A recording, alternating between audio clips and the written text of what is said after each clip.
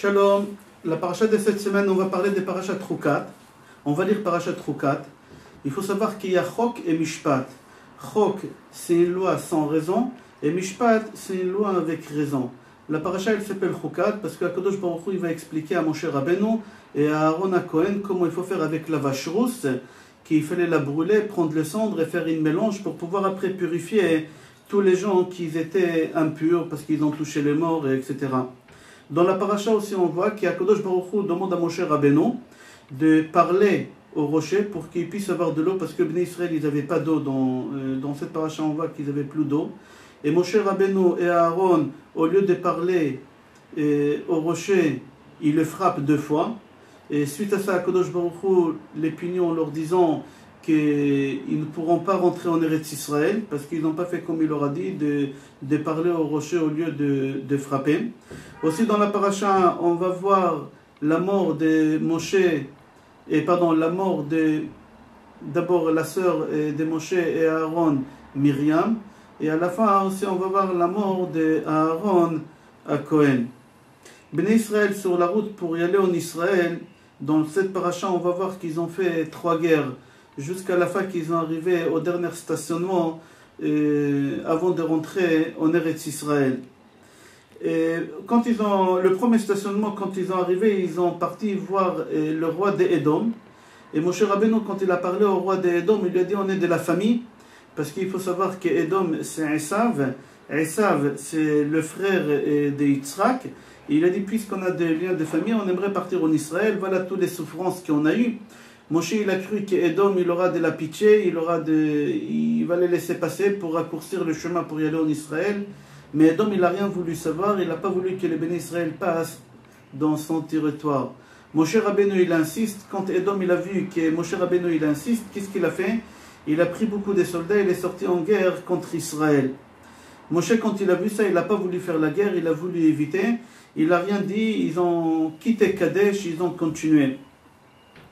Quand ils ont arrivé au 2e stationnement, avant d'arriver en Israël, on va appeler ça la 2e guerre, Akadosh Baruch Hu dit à Moshe Rabbeinu, il dit à Aaron qu'il va mourir, et Akadosh Baruch Hu lui ordonne qu'il va monter Hor, au sommet de la montagne, avec son fils Elazar et son frère Moshe, et là-bas Moshe Rabbeinu il déshabille Aaron son frère, il avait les habits de Cohen sur lui, et il lui a dit il faut que tu déshabilles Aaron ton frère, et tu habilles ces habits-là à Elazar. Et comme ça, c'était la transmission de la force qu'il avait à Aaron de la Kihuna, à Elazar son fils, et Aaron meurt, et Moshe Rabbeinu il a enterré là-bas à Hor, au sommet de cette montagne. Bnei Israël il reste sur place, et il porte le deuil pendant 30 jours. Après 30 jours, ils veulent continuer. Et il y a le Kenaani qui vient faire la guerre contre les Bénis Israël. Et il a réussi. Et pas seulement qu'il a réussi, il a pris beaucoup de prisonniers. On va voir dans cette paracha qu'il y avait beaucoup de Bénis Israël qui étaient prisonniers. Les Bénis Israël, ils prient à Kadosh Baruch Hu pour qu'ils puissent libérer les autres qui étaient prisonniers. À Kadosh Baruch Hu, ils écoutent leurs prières, et les bénis Israël, quand ils vont faire la guerre à Kenaani, Baruch Hashem, ils ont eu une réussite, ils ont pu libérer tout le monde. Le roi d'Édom, on a dit tout à l'heure, il n'a pas voulu que les bénis Israël passent par son pays pour qu'ils puissent raccourcir le chemin pour y aller en Israël. Et alors les Juifs, ils étaient obligés, les bénis Israël, ils étaient obligés de prendre le grand chemin, la grande route. Et ils se plaignent à Kadosh Baruch Hu et à Moshe Rabbeinu en disant regarde la souffrance qu'on a, et c'est pas possible toutes ces souffrances dans le désert, pourquoi vous nous avez fait sortir d'Égypte, etc. À Kadosh Baruch Hu il les punit, qu'est-ce qu'il fait? Il leur envoie beaucoup de serpents. Dans cette paracha on voit qu'Akadosh Baruch Hu il leur a envoyé beaucoup de serpents, et ces serpents ils mordaient les bénis Israël, il y en avait beaucoup de morts parmi les bénis Israël. Les Juifs ils se sont rendus compte de l'erreur qu'ils ont fait, la façon qu'ils ont parlé. Ils demandent pardon à Moshe Rabbeinu, ils demandent à Moshe Rabbeinu, il demande aussi à Kadosh Baruch Hu pardon, et qu'il retire tous les serpents. Moshe Rabbeinu, c'est ça qu'est-ce qu'il fait. Et après l'ordre de Akadosh Baruch Hu, Moshe Rabbeinu, il construit un serpent en bronze, et il les met à une hauteur très élevée.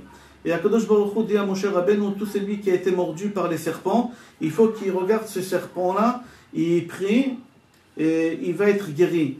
Pourquoi il fallait mettre un serpent en hauteur? C'est pas Chas V'Shalom, c'était pas une idolâtrie, c'était seulement, comme les Béné Israël, il fallait qu'ils voient le serpent, il était en hauteur, ils étaient obligés en même temps de voir les ciels, et comme ça ils pensaient à Kadosh Baruch Hu, c'était un genre de pense-bête, et comme ça ils pensaient à Kadosh Baruch Hu, ils ont fait des tfilotes, et à Kadosh Baruch Hu, il les a guéris. Cette épidémie des serpents, elle s'est arrêtée. Béné Israël, ils ont encore la confirmation par Moshe Rabbeinu qu'ils vont rentrer bientôt en Eretz Israël, Be'ezrat Hashem, et ils continuent la route, ils vont vers le pays des Émori. Sur la route des Émori, ils passent par un Nachal qui s'appelle Nachal Arnon. Et quand ils arrivent au Nachal Arnon, Akadosh Baruch Hu, il a fait un miracle que tous leurs ennemis des Béné Israël, ils sont morts parce qu'ils ont fait un piège aux Béné Israël. Ils savaient qu'ils vont arriver. Ils ont fait un piège. Akadosh Baruch Hu, il les a tués. Regardez dans la paracha, c'était vraiment miraculeux là-bas. Hein, et comment ils sont morts. Moshe Rabbeinu, il envoie à nouveau des personnes pour qu'il parle au roi des Sichon. Et le roi Sichon, le roi des Émori, en lui demandant qu'on aimerait traverser son pays pour pouvoir arriver en Israël plus rapide, comme on a vu tout à l'heure dans les pays des Édom. Lui, il ne réfléchit pas deux fois, tout de suite il sort contre la guerre, et il sort en guerre contre Béné Israël, et Sichon perdent, mais pas seulement perdent la guerre, ils perdent aussi son pays. Les Béné Israël, ils s'installent là-bas, et ils restent là-bas pendant quelques temps. Moshe Rabbeinu, quand ils étaient installés dans le pays des Émori, Moshe Rabbeinu, il envoie des explorateurs dans la ville de Yahazer pour voir est-ce qu'ils peuvent s'installer, etc. Et les Béné Israël, ils réussissent à prendre cette ville et ils s'installent là-bas aussi. Troisième guerre, les Juifs ils continuent à aller vers Israël et c'était le dernier stationnement avant d'arriver en Eretz Israël.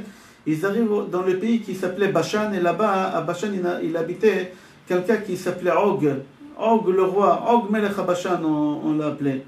Et Akadosh Baruch Hu dit à Moshe Rabbeinu, il ne faut pas qu'il le craint parce qu'il était très impressionnant, Og Melech HaBashan. Et là, Moshe Rabbeinu, quand il a eu la promesse d'Akadosh Baruch Hu qu'il va gagner la guerre, il a réussi à gagner la guerre Baruch Hashem, et il a tué tout son peuple de Og Melech HaBashan. Béné Israël, ils continuent à voyager là-bas, et ils arrivent à Moab, juste face de Jourdain, à Jéricho, et c'était le dernier endroit où ils se sont stationnés avant de rentrer en Eretz Israël. Voici c'est le résumé des parashat Chukat. Je vous souhaite Shabbat Shalom, Bracha ve'atzlacha be'ezrat Hashem b'chol ma'aseh yadechem, besorot tovot, Amen, Kol Tov.